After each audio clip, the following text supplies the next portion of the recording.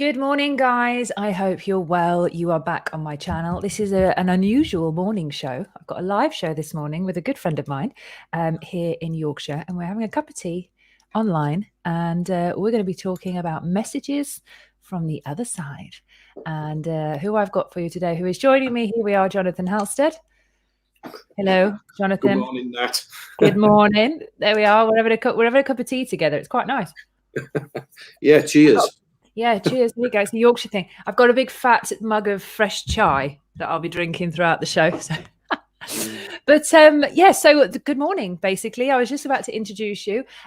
Jonathan is a fantastic visionary. He is a spiritualist. He gets through all sorts of information from the other side. Very grounded, very practical, very Yorkshire-esque.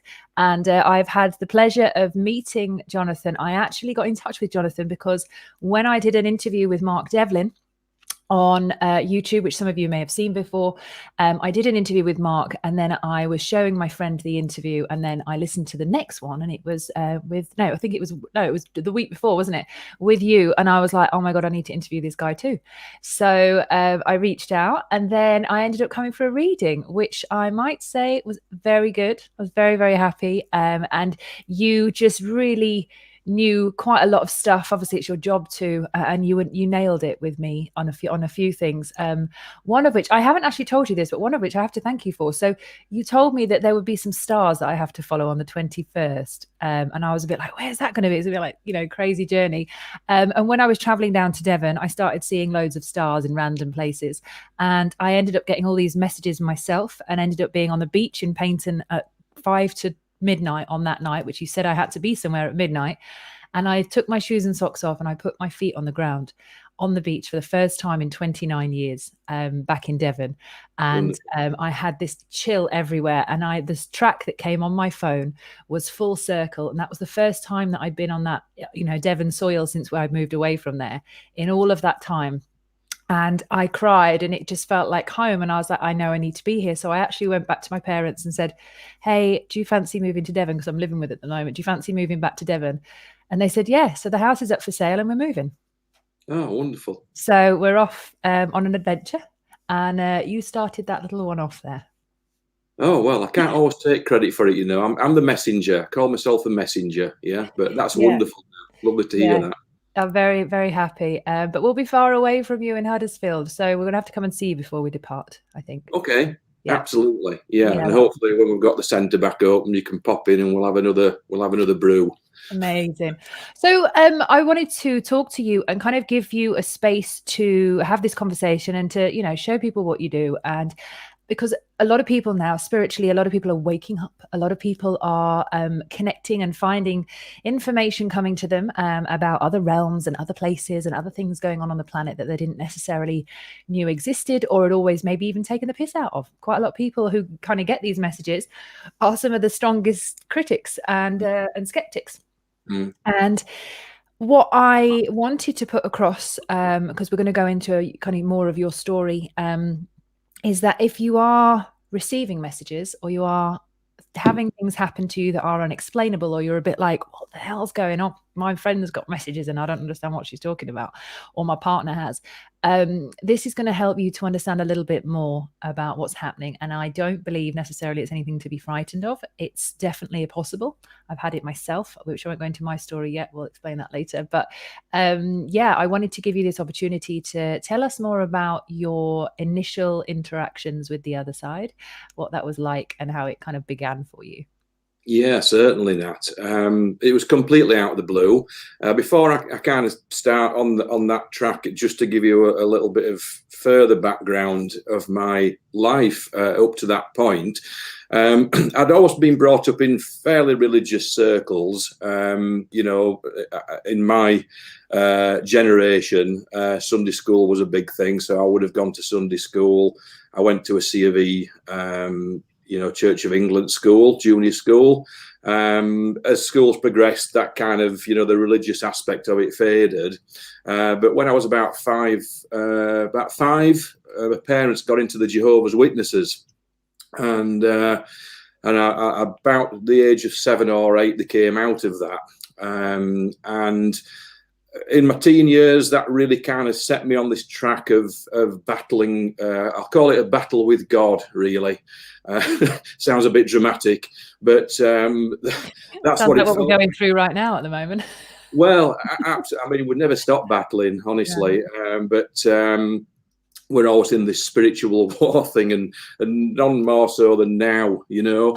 But I really struggled with the teachings of the Bible in many respects. Some of it I absolutely uphold as truth to this day, but other parts of it where, you know, Paul was talking about women having to wear veils and things like that, and men having to wear hats and things, and I just couldn't resonate with that. I'm not being disrespectful to anybody's religion, because religion is a pathway to spirituality.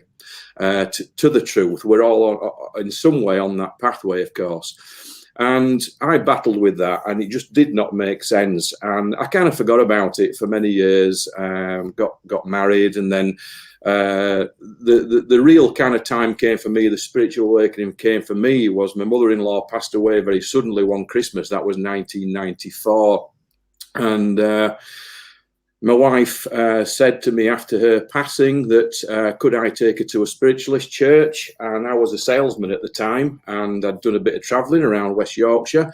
And this little image popped into my mind of Brighouse, and there's this church in Brighouse. And I said, yeah, I think there's one in Brighouse.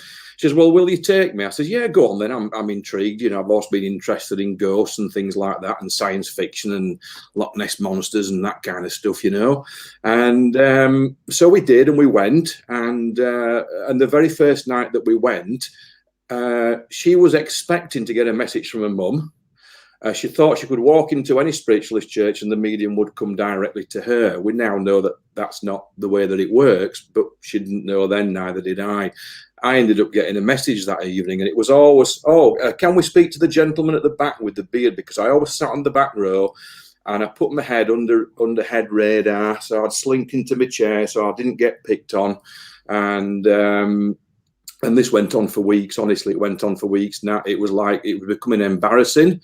My wife was getting more and more upset by it because she wasn't getting a message from her mum. And I was becoming more and more intrigued by it, because every week I was getting this message. And, you know, eventually a medium came to me and said, oh, and by the way, she said, this was the parting shot from her message that she was giving one evening. She says, you're going to be up here working with them.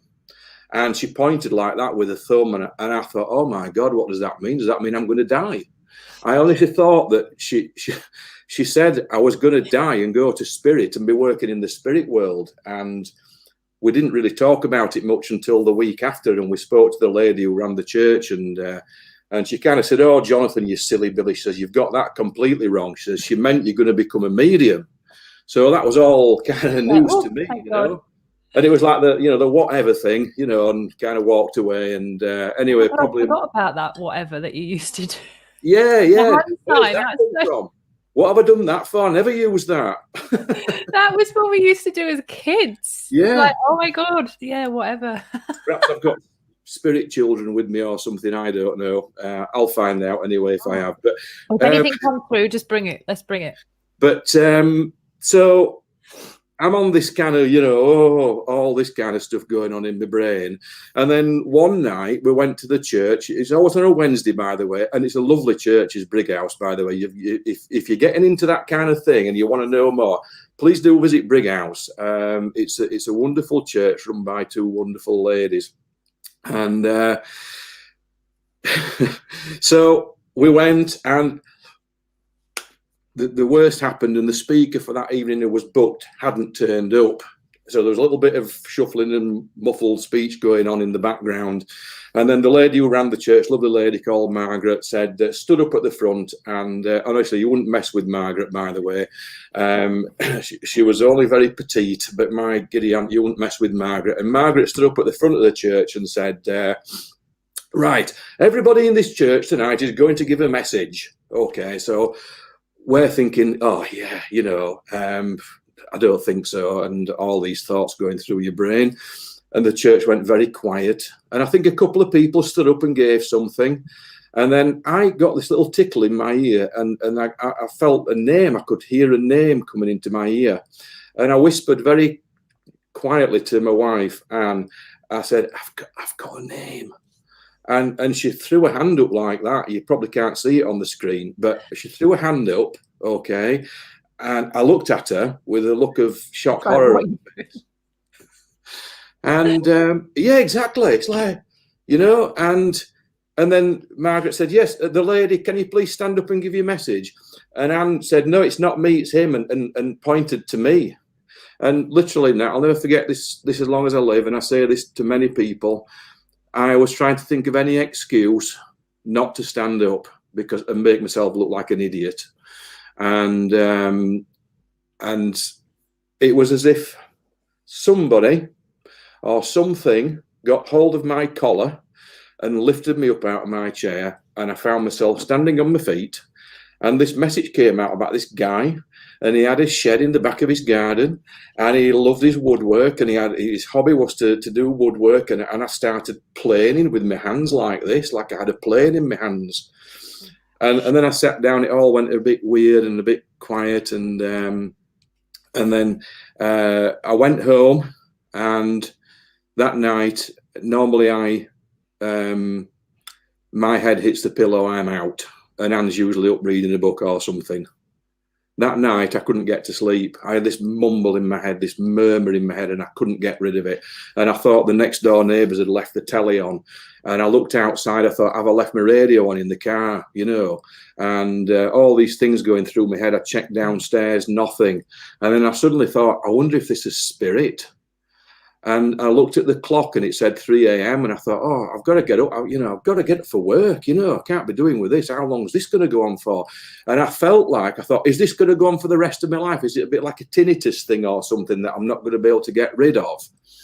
So I thought, you know what, I'll give it a go. And I said in my mind, will you all just shut up? And it just went completely quiet.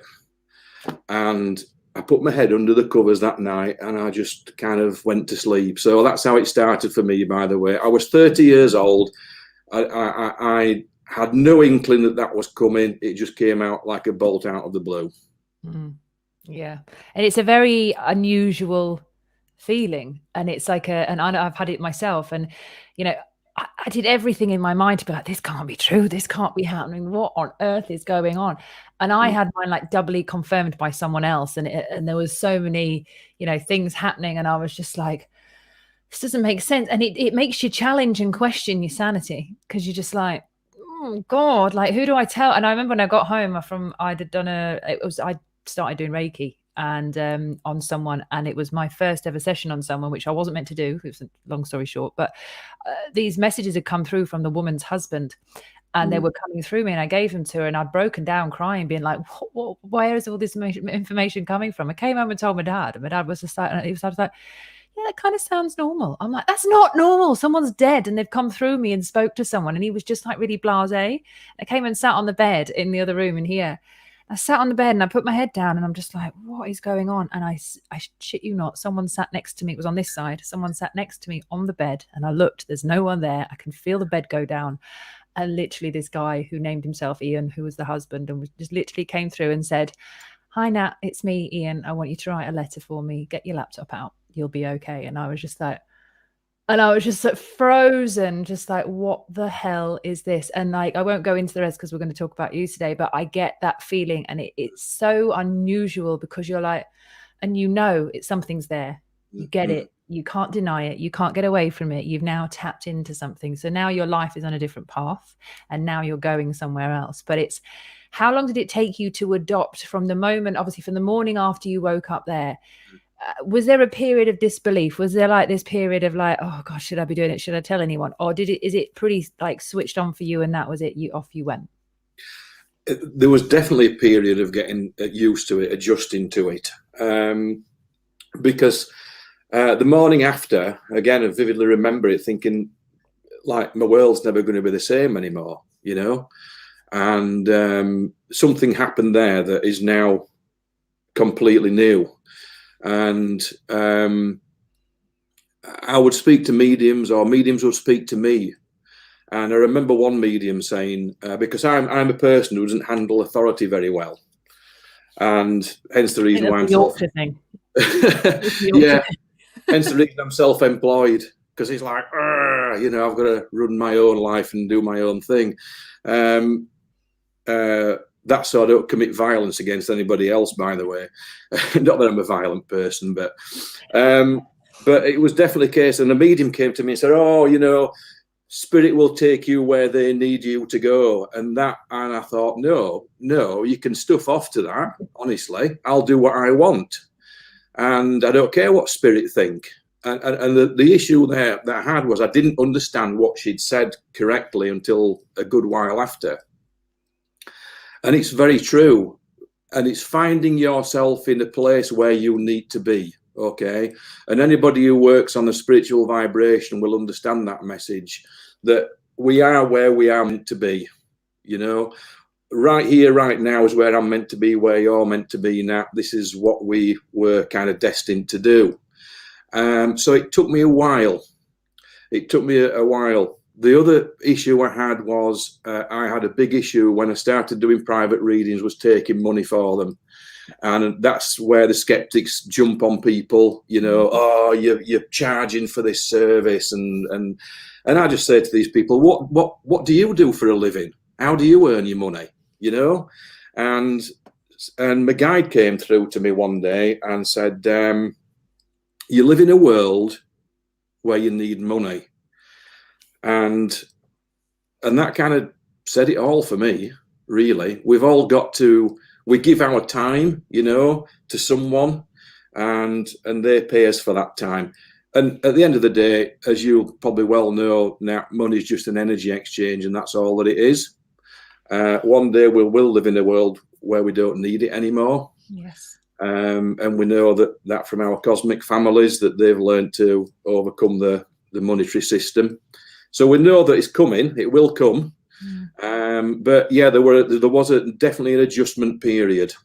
And I went into development through then what is, well, still is the Spiritualist National Union, with a lovely lady called Nora Stringer.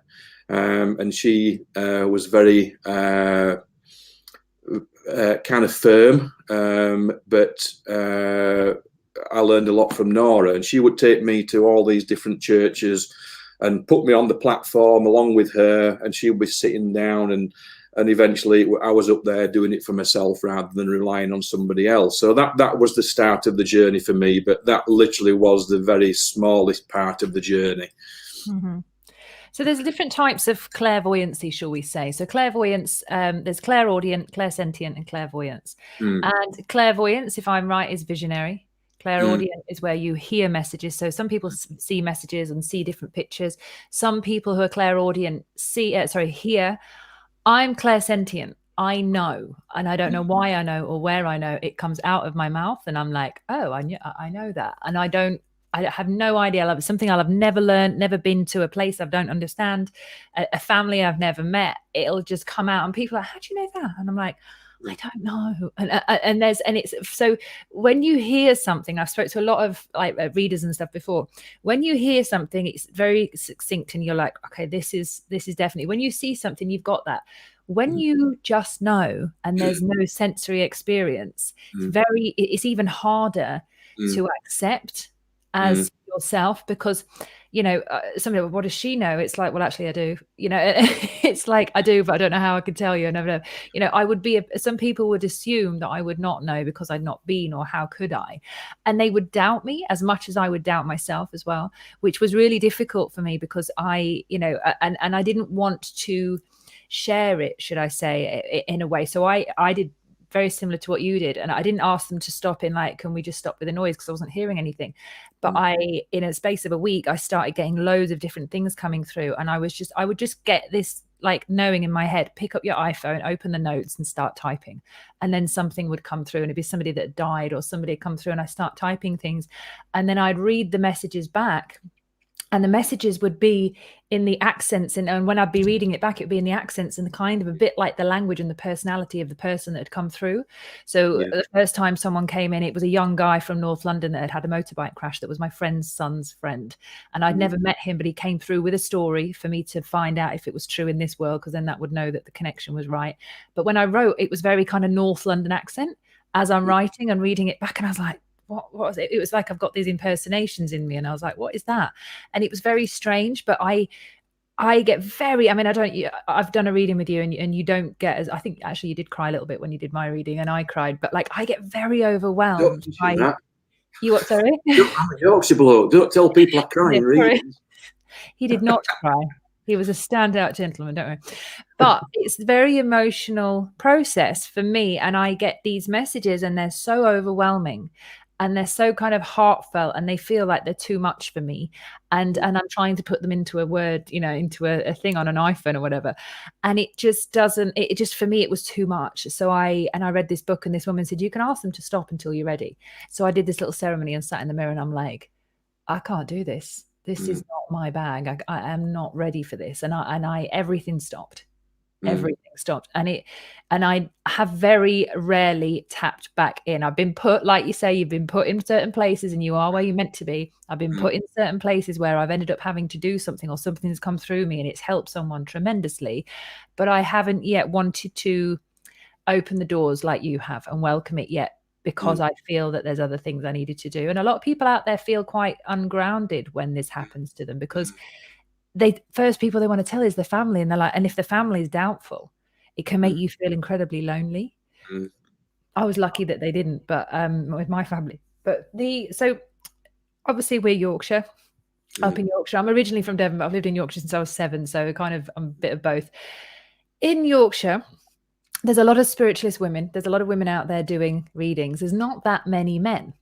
And how have more people warmed to you because you are a man? Has that been an advantage for you in any way? Because you've got a very trusting energy and personality. It's a very unusually warm kind of spiritualist energy when you come to meet you, and you're very like honest and flat out when you talk. Have you found that to be an advantage for you? Have you helped other people wake up because you're quite just a normal Yorkshire guy and you've got this other side to you? Has that helped you in some way? I think in many respects, possibly yes, although I've not really sat down and thought about it, Nat. But you know what? It's like being honest and truthful to people is the connection, and many times in readings, you'll make this soul connection with another human. And honestly, that moment when you make that soul connection with someone, you never forget it, And I've always been, I suppose, my personality characteristic traits is to be honest to a fault in many respects.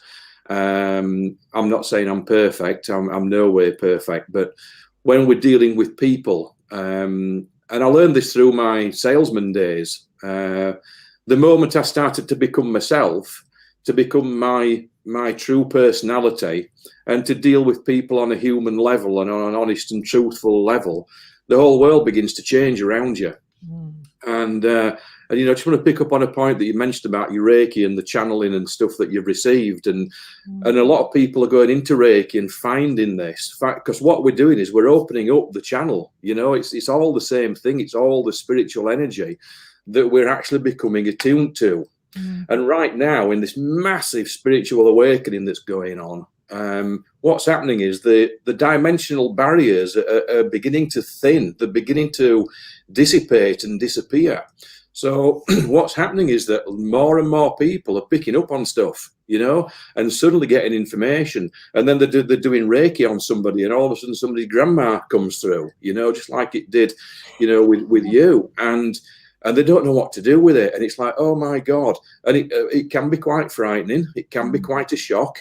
And I always say, though, that the spirit will never give you more than what you can handle. Okay, because they don't want to frighten us. They don't want to do that to us. But we all have to awaken in different ways.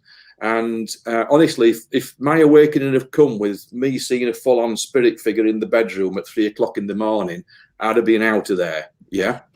So my awakening came in a group of people. Yeah, they put me into a group of people, and it was like, right, you're going to get your kick up the backside now, son. Yeah, which I did.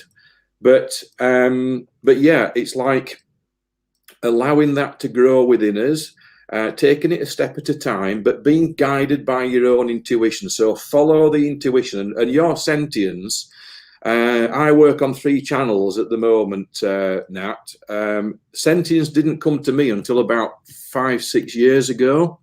And a new guide came into me, a new spirit guide, and it was a female guide. It was the first female guide that I'd ever worked with. And she was brilliant. I won't tell you what she was. I'll just say that she wasn't human.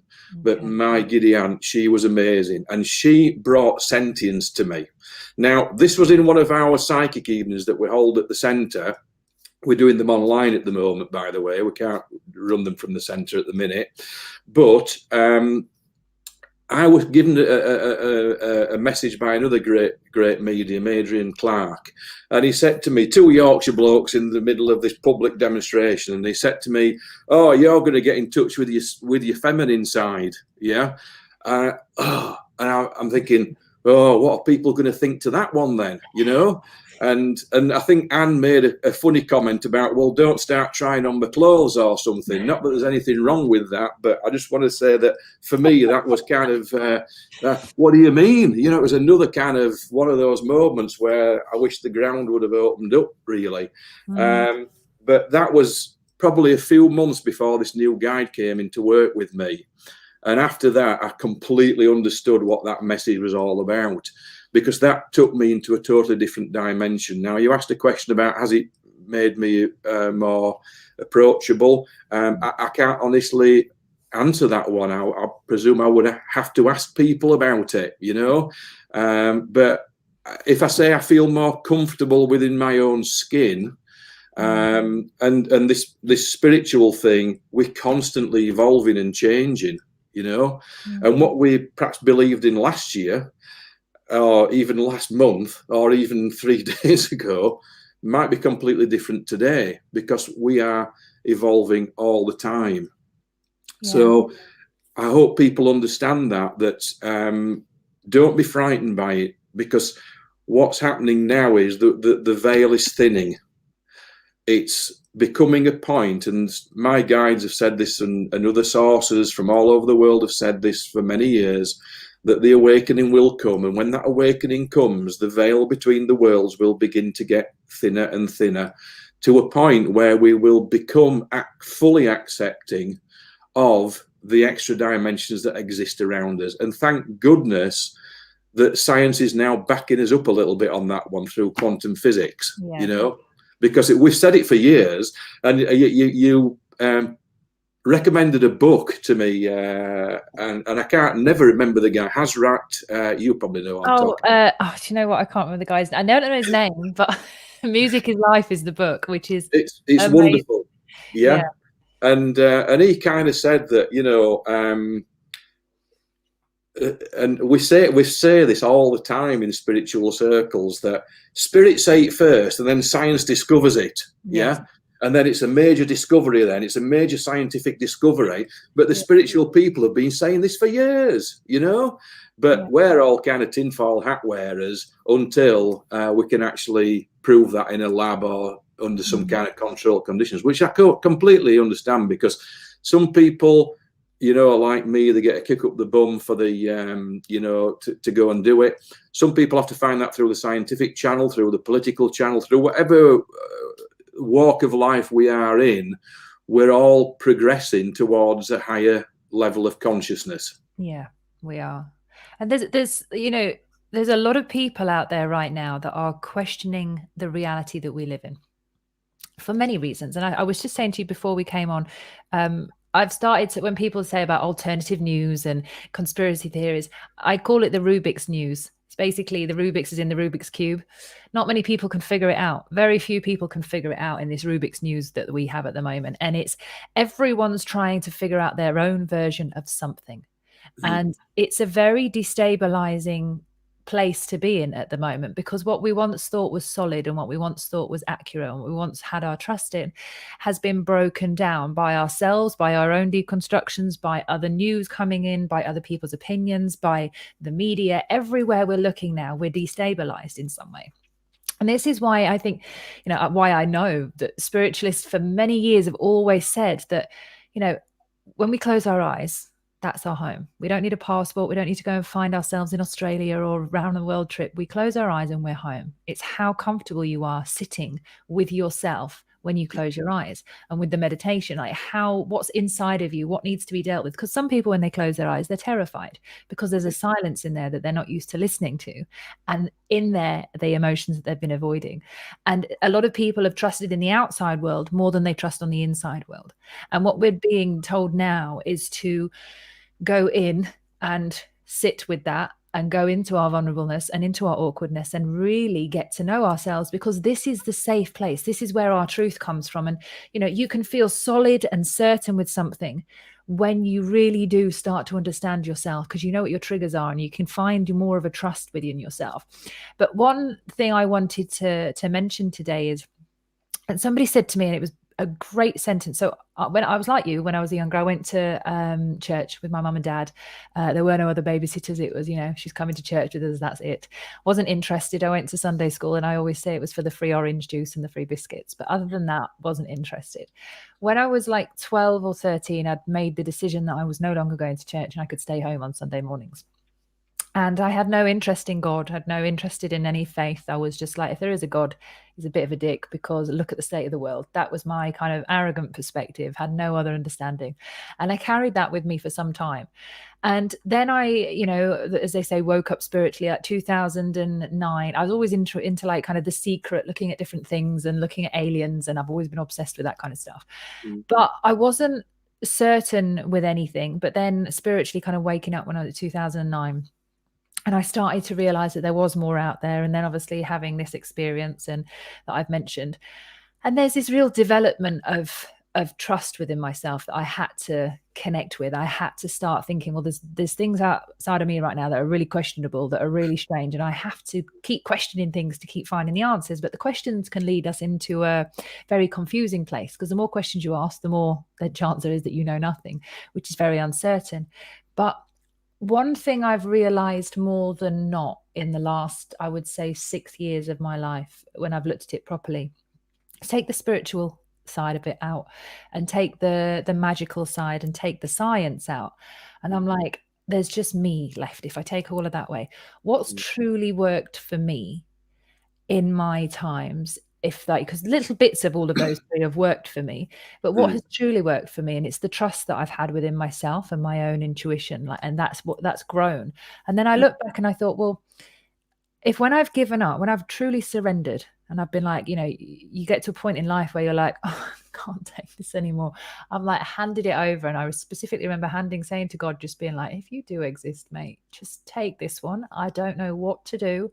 I'll do whatever you want. But I honestly, I'm done. I'm done. And this was with drugs. And I'm like, I'm done. And I managed to stay off drugs. The same thing was with, and I had another experience in order to get me there, but that helped. Same thing with alcohol. The same thing with really unhealthy kind of sexual connections and relationships. The same thing with social media. Whenever I have given up and not needed to rely on science, spirituality, or any other story, I've just connected and said, please, I need help on this one. And I've surrendered, truly surrendered. There's this faith that has come within me that's allowed me to have discipline. And it's a faith in God and a faith in that there's something more than me. I don't know entirely what that is, but I know it's greater than I am, and that I have to step out of my own way and move into a space where I'm being guided and taught by something that is greater than me. And that doesn't require any belief in science or spirituality or anything. It's just a belief in myself that whatever's going to come, I'm going to be able to handle. And it's not that belief in God that I have now is unshakable, because it's proven to me every time when I've needed help, those times when I've surrendered have worked the best for me. It's not about being spiritual or having some kind of ceremony or anything major. You have to make sure you meditate. You do obviously meditate, but it's not about all of that stuff. It's about yourself and that connection to yourself. Because if you didn't trust yourself, really, if you didn't really know your own sanity, these messages coming to you, you wouldn't be delivering them to other people. You'd be going insane. but you've built up a level of deep trust within yourself to be able to do this work in the way that you do. So you can be that grounded light, and you can be that space for other people to find their solace in as well. And I feel like, do you get much resistance between, because this is really confusing at the moment, religion, spirituality, science, and God? Do you feel like these differences between these are causing problems on the planet at the moment, or is it the lack of trust within ourselves that's the problem? It's a very good question, actually, because we seem to love division, don't we, human beings? Why do we love division? Everything's got to be labelled. And, I always say to people, when I get an official form from the council or something, and it says, what is your ethnicity and all this stuff? And then it says other. So I always put in other, and I put divine light in human form. Yeah. And I'd love to see people's faces when they actually read that. I need to start doing. And because that's exactly what we are, Yeah. At our kind of utmost level, we are divine light. And you can stick whatever label you want on someone, And to me, this brings the whole ism thing into question, this ism, that ism, as John Lennon would say in one of his songs, Give Peace a Chance. Ism, ism, ism. Yeah. We put isms onto something. We are divine light, and that's what we are, Nat. And we love to partition things, because it's almost like we have to do this to recognize something. But the more that you go within, and it is a scary place, you're absolutely right. Actually going within and going into that silence. And you and I know from working with sound that silence, as on your wonderful interview the other day with Jonathan Goldman and his lovely wife, talked about silence. Yes, silence is so important because you know what? That everything's in that silence. Everything's in that silence. Everything is in that moment, because that moment is all that exists. This, what we see around us, is a construct. It's actually a construct. It's an illusion, but we live in a reality, in what we deem or perceive as reality. But when we go into that silence, what we're actually doing is we're stepping into God. Okay? We are actually becoming the part of God that we carry with us in this physical existence. And that is mind-blowing. If we could all learn to discover that within us, we could all learn to retreat into that space. And we know this happens through meditation. This can also happen through many other channels. Music and sound is another great channel for that to happen. But when we go into the heart space, because I'm a big kind of thing going on with the heart and mind at the moment, and we're talking about separating things out. What we're doing is we're separating the heart from the mind. We're all very guilty of that through these very current times of just taking things at face value. Instead of listening to what's going on in here, because this is our guide, and as you quite rightly said, when you need help, you go into that space. Yeah, because that's where the help is. It's not out there. It is. We can help each other. Don't get me wrong. I don't want to say that wrongly. We're here to help each other. But where the truth is and where the real connection is, it's within. Bearing in mind that all human beings are connected anyway. So we're not actually individuals, really. We look like we are, but we're not. Although some people would disagree with that, say, well, I don't want to be connected to him or connected to her, But at base level, at spiritual level, we are all connected.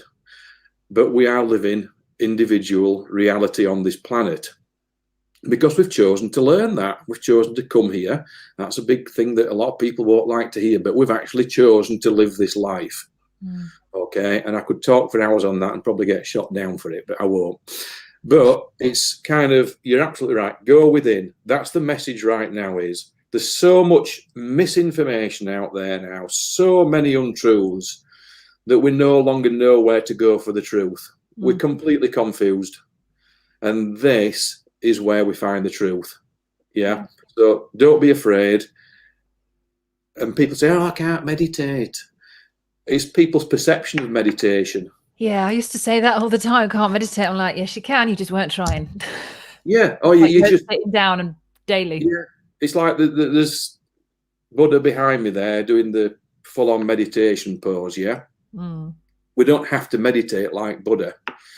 We don't have to be like that. Meditation literally can be, even a daydream can be meditation, by the way. That when you just allow your thoughts to go inwards rather than outwards, that is meditation. And on our corporate stuff, we teach like 2-minute meditation, 1-minute meditation. You know, in the busy corporate world, how do you meditate in a busy corporate world? Well, you can do it by just doing it a minute. And you know what? The yoga thing, it's focusing on the breath. Okay, the breath is so important.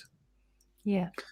And that focus, the focus of the breath, is the meditation. Okay, it's the very thing which gives us life. And the very thing, sadly, the air around us, that certain things are telling us now that it's poison, actually. Stop breathing the air around you, it's poison. No, the air gives us life, and the air connects us to that God source. I hope that makes sense. Sometimes I talk and I don't even know whether I'm making sense, but...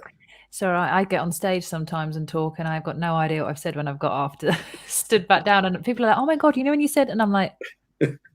No, no idea what I just said to you, but that's the thing. When, you know, with these shows, I don't plan anything other than the date and the time, and I'll ask people to join me. And people are like, oh, can you send me the questions beforehand? I'm like, no chance, no way. I don't want to pre-plan anything. If you can't talk to me on air just as a normal human being, then you're not the right kind of guest for me, because there is no planning. And sometimes when somebody's talking, I'll make a little note for the next question, but that's as much as I'll plan anything. Because, you know, life, that we try to plan so much. We try to have, like, and I don't have any goals other than I'd like to visit every country in the world if I can. Other than that, I don't have any specific goals. And people are like, oh, but you've got business. What's your 5-year plan? And I'm like, what's your 5-year plan? What were you doing 5 years ago? Did you know you were going to be here today? Because I didn't. Like, this just, it's not that way. And it's what we need to do is stop planning everything. Stop putting the goals out there. Stop putting this, I'm going to do this and this and this. How about just doing now? How about just being here now, like Ram Dass said, being here now and being okay with exactly what you've got. I'm single. I'm not loaded. I'm living at home with my parents, and I'm really happy. I could want a boyfriend. I'd love a little bit more money. It'd be really nice to have my own house. I don't have them right now, but I'm really happy. I'm in the middle of a global pandemic. I'm still happy. You know, and there's things, because I've learned to be here now with myself, knowing that anything can change at any moment. But that also doesn't mean I'm super spiritual, because some days I still have days where I'm like, oh, I'm well overwhelmed today. I need to slow down.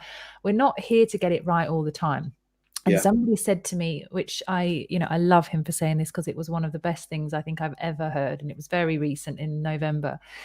And he said, if let me get this right, he said, the idea is we need to forget about trying to be balanced all the time. Balanced is a very spiritual word. He said, the idea is to become perfectly okay with being perpetually overwhelmed with whatever God wants to put your way. If you can handle the overwhelm as well as you can, you will handle life, because it's always going to be there in that way. You're always going to have this and then that and then this, but that's life. And if you can, like, some people are scared of being their biggest, best versions of themselves, you know, like there'll be people listening when they're listening back on this, and they'll be like, I'm getting messages as well, you know, but I didn't do anything. That sentence means that become overwhelmed, allow that spirit in, become whatever it is you're meant to be in that moment, and be okay with that. And I'm still getting okay with having spirit showing up and doing different things. I haven't made it a full part of my life yet, but I'm slowly, the more I deal in sound, as you know, the more you deal with sound, it kind of seeps in. I'm noticing I'm very practical in the sense of, and people around me notice this all the time. I'll say something and then it'll show up, and I'm not manifesting. This is another thing I want to put out there for anybody spiritually listening or looking to try and get more in their life. my life really started taking shape when I stopped trying to manifest everything. Yeah.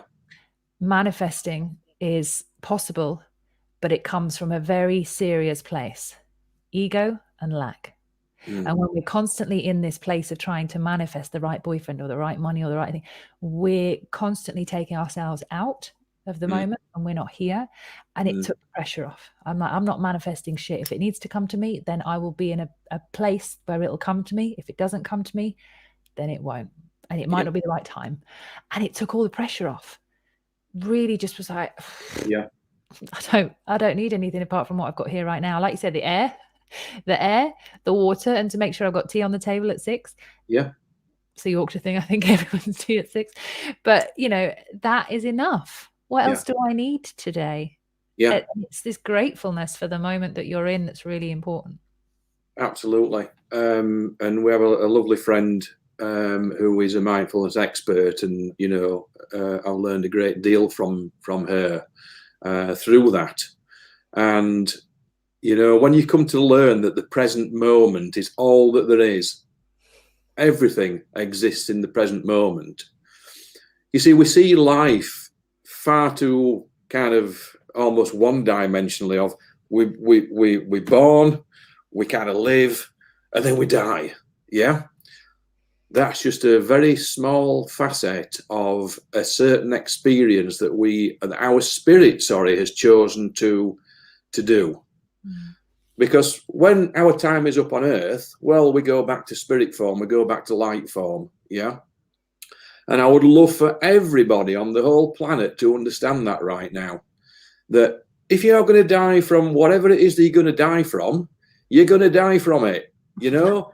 It's like, it's not, you know, you can try and stop it, but it's not going to happen. The moment of birth is timed to perfect spiritual precision, and the moment of death is timed to perfect spiritual precision also. And what we do in between that is entirely up to us and what we've chosen to do with it. So I have a big problem with manifestation, Nat. I am a life path person. And I'm not saying that my truth is anybody else's truth. I would never be so arrogant to say that. But I believe in my life path, and this is maybe just what I've chosen, is that from the moment I was born on this planet to the moment I'm going to pass, that every single moment I planned out, okay? I drew my own map from the world of spirit, or call it whatever you want, and I will follow that map, and I'll go on deviations, yeah? But you know what? I'll always come back to the same point. And I liken it, because I ran my own computer maintenance business for a long number of years, got into computers, and realised that I'm going back, this is a bit of history for you, CDs, okay? Imagine a CD, yeah? Yeah. Games used to come on CDs, now it's all online, of course. And this is like a book. If you imagine a book, that there's a beginning and an end, and it's all contained in that thing that you've got in the palm of your hand. The whole story is contained from beginning to end, and the whole alternate pathways that you can take are all in there, but you will still arrive at the same point at the end, okay? And it's up to you whichever pathway you want to take, but you'll find that some pathways are blocked and some pathways are open. Yeah. But it doesn't stop you wanting to explore them. So that's a big, deep thing. That may be my reality. That may be my reality. I'm not saying that's everybody's reality. But, you know, and you mentioned The Secret, didn't you? And I don't want to diss anything, because we all have our own... I think a lot of people start there, don't they? For me, it was like a little like, oh, this is interesting. But I look back now and I'm like, that was nothing in comparison to what I know now. Yeah, it's like we can all be rich. Well, perhaps we can all be rich, but perhaps we've actually chosen not to be rich because we've got a certain experience that we need to go through. Yeah. You know? And so it's like you say, the message is there is a pathway, but don't be too massively concerned about where that's actually going, because you will go there anyway. Yeah. And whatever we've chosen to experience, we will experience.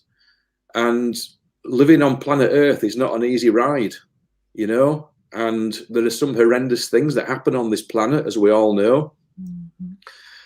But in the grander spiritual sense, when we open up to the higher wisdom, we begin to learn to understand why these things happen, because everybody's question is, how can God let such a thing happen? You know, that's a massive question. And one I certainly can't answer. You know, I have my own theories on that, but I'm certainly not going to sit here and try and answer that one. But I have a better understanding of it now than I did, say, 20, 30 years ago. And that understanding has brought me a much better way of handling that. You know, have you ever read the book Conversations with God by Neale Donald Walsch? I haven't, no, but I've heard of it. Okay, out of you know, most people call me a little spiritual librarian. I'm always reading, and I can always recommend it. But I think I've known you for like 2-3 months, and I've already recommended you like 3 books. I'm going to say I'm getting that. I'm picking that up from you now. Yeah, and you said to me in my reading, yeah, you said, Nat, you need to stop reading. Stop reading in my reading. I was like, okay, yeah. And since then, I've like found loads of books that I want to read, and I'm like, no, I'm meant to stop reading. So do if that's what you feel you're drawn to, keep at it. Yeah, they just come, and I'm just like, oh my God, and flick through them. But the Conversations with God changed my life, and I say this with such, like, I'm so grateful I got this book. And for me, when people say, oh, what's your favorite book? You must have read loads. You must have loads. And I'm like, I've got one favorite book, and it's Conversations with God by Neale Donald Walsch. All of the others are amazing, but this one, there's actually 3 of them, which I got the other 2 after I read the first one. But I actually listened to the first one. And what happened was, and the reason why I listened to it is because I was going online and it was when Audible just came out, not long after Audible coming out. And I got Audible, and I was trying to get a particular book that I was typing in, and I knew it was on Audible because I'd seen it on a bus stop going past, and it was like available on Audible. So I'm like, right, I'm typing it in, it wouldn't come up, and I forgot what the book was now. But this Conversations with God came up, which was nothing to do with the title. And I'm like, no, don't what I want. Anyway, carried on typing it in, it kept coming up. So I left it. And then I went to see, I think I went to see someone, and they said, oh, it's like having a conversation with God. And I'm like, I've heard that today somewhere else. And then I heard it, and then I went back on Audible. I thought, oh, that's where I'm meant to do. I'm meant to get this book. I'm going to try again. And this book just kept coming on Audible up. And I'm just like, I don't want this book. And then something was like, get this book. I'm like, okay. Got the book, listened to it. And it's like an audio, it's like a play, because you have the author talking. And then he has 2 characters, and they both play God, and one is a male and one is a female. But Conversations with God, and how he now understands God to be, and the humor that's in this book, and the enlightening, you know, pages, and the part of it that really, it just makes me feel like I'm at home. It's like an understanding. It's like how we've got religion so wrong, how we have really got this upside down and inside out. This is just shakes it, and it's just like, now read it. And you're like, I listened to it, and I was just like, and it's one of the things, he said commandments. He said the 10 commandments. He says, I'm not commanding you to do anything. These are 10 things that you could do that might help you to live here on earth in a better way. But it's up to you whether you do them. And it was that I was just like, oh, you know, it's so powerful. It was more of a choice rather than a forced, this must be, and this is the only way, and this is why. And because I read none of that. This was like, this is a choice. You need to make that choice because you're here. If you make that choice, it could maybe work out better for you. And since that book, my life changed. And I often listen to it, and it's like, I could cry sometimes when I listen to it, because it's so homely. It just makes such a difference. But that's where the faith came from. Yeah. So I highly recommend that. We've got a comment. Oh, Dina. Sorry. Hi. Dina's. Oh, she's this Dina lady, Dina Myers. Is it Deanna? Dina. I don't know how to pronounce your name, but you always make comments. So I just want to say hello. Thank you very much. She put, love those books. I was blown away when I've seen them myself in the film version too. The Girl on the Bus. I don't actually know. I haven't seen the film version. Is there a film version of Conversations with God? There you go. Sounds interesting. Yeah. Yeah, it's very, very good. So if somebody's out there and they're either having little messages or they're receiving things or they just have been thinking about having a reading for some time, tell us more about kind of what approach they should take. That obviously that you can reach out to you underneath, which is all there. And I've only put your details there for people to kind of go and stalk you, basically. But if someone's having this thought now, so exactly, someone's having a thought about getting messages themselves, what would your advice be to that person? Okay. Number one, accept them. Yeah. Don't be frightened of them. Fear, we've got too much fear in the world right now. Let's not add to it. Welcome it, embrace it. But do seek out someone who can help you with that, to hopefully offer their experience and assistance and guidance in that respect. We do hold psychic development courses at our centre, and we meet some wonderful, amazing people from all walks of life who come to us saying, oh, I've had this experience, or I feel as though I'm psychic, but I'm really not sure what to do with it, or, you know, so many different experiences. And then once we begin to develop that and open that up, it becomes a little less scary, because a lot of people are very concerned about how to control it. You know, what do I do with it? How? And I was there right at the beginning, as I mentioned earlier in the interview. What, you know, how is this going to affect my life? And once we understand that we can control it, we can bring it within us, we can learn for it to be part of us, and to turn that on and off like a tap, you know, that spirit are very much wanting to work with us. They don't want to work against us or frighten us or push us into something that we're not well, actually they do. I'll take that back. Yeah, I'm going to take that bit back. They will push us into things that we feel uncomfortable with, but only at the time. Yeah. And then they'll help us to gain a better understanding of why that had to happen. So for anybody who's seeking, searching, fearful, check out anyone around you who might be able to help with those experiences. Yeah, talk to somebody, book yourself. I mean, the trouble is at the moment we're locked down and we can't open our centre up and invite all these wonderful human beings in. I am actually looking to run a little psychic group online, all being well.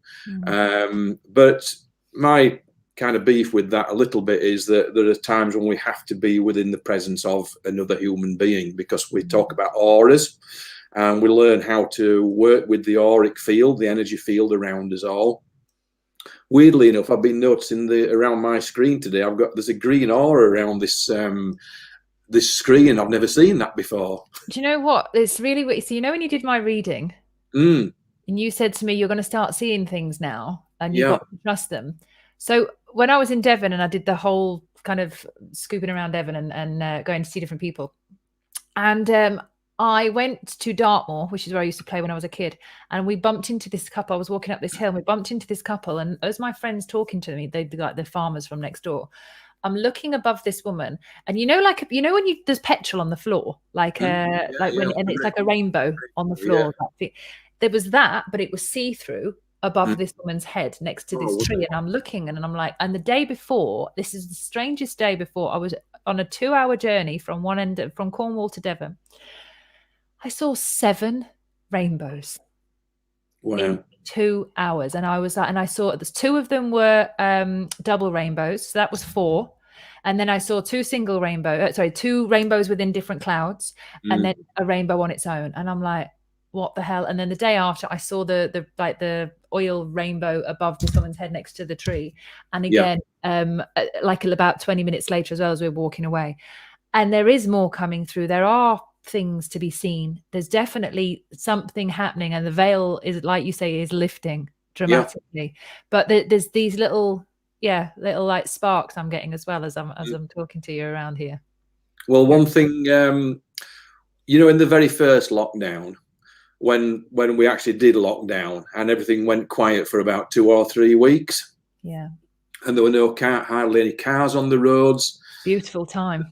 The deer were coming out of the woods. The crows were dancing in the middle of the main roads and things, and it was wonderful. And that to me was a massive, massive spiritual moment where Spirit was saying, right, okay, we are going to bring you to an absolute standstill. We're going to bring you to that silence, that silence that we've talked about. And we were out on one of our authorised walks, and it's very, very gracious of them, I've got to say. Thank you. Yeah, thank you for the walk. For allowing us to keep walking out there. And and we went on this walk, and my wife suddenly, it was, you remember Nat, the sky for weeks, it seemed, was beautiful, blue and clear. Stunning. It was so beautiful. And if you believe in the chemtrail thing, there was none. There were no chemtrails. Yeah. It was the bluest, clearest sky I've ever seen in my life. Yeah. And my wife looked up to it, and I was nebbing over a fence. There's a good word for you, nebbing. Nebbing over a fence, yeah. And by the way, my eldest son's got a Yorkshire dialect page on Facebook, so I'm just going to plug that for him. Perfect. Yeah, you have to give me the thing to have a look at it. Check that one out. There's some good stuff on there. But she looked up at the sky. She says, "Oh my God," she says, "can you see this?" And I said, "See what?" She says, "Just look up at the sky." And she says, "Is it my eyes, or can you see lots of little sparkles?" And I looked up, and I, you know, like your eyes take a while to get used to something, don't they? And I looked up, and I said, "Oh my God, yeah, I can see them all. Little shimmery sparkles all in the sky." Yeah. And so we had a shared experience there. But many months later, I met a lovely lady, and she came to me for a reading. And she said in the reading, she says, "You know what? I saw this thing in lockdown." She says, "I saw all this stuff going on in the sky." I said, "You'll never believe it." I said, "So did I, and so did my wife." Yeah. And I'm thinking, if we do ever find that space on this planet where we can stop this madness, as I call it, how much magic will come into our life? Yeah. A manifestation of physical phenomena and all sorts. And as we've talked about now, that veil is dissipating, you know, and it's very exciting when you actually sit and you think about it, and you get these waves of excitement, you know. Some days you get waves of despondency when you hear a comment about this, that, and the other going on, but then you get these waves of excitement, and that is the spiritual process that's going on. You see, the problem is we're all locked into this physical world, aren't we? Yeah. Well, many of us are. Thankfully, we're learning to raise ourselves above that. But so many are locked into the physical existence, and they don't feel or see or hear what is going on outside of this physical reality. And what is going on outside of this physical reality right now is this amazing spiritual process that is almost like embracing the whole of the world, the cosmos, humanity, you name it, putting their arms around us and going, "You know what? We've got you. We've got you. Yeah. You're with us, and we're with you." And sorry, I'm getting a bit emotional. Sorry. And they do this to me, and you've seen that. I know. The beggars for it. Around you like that. They're absolute beggars for doing it to me, you know.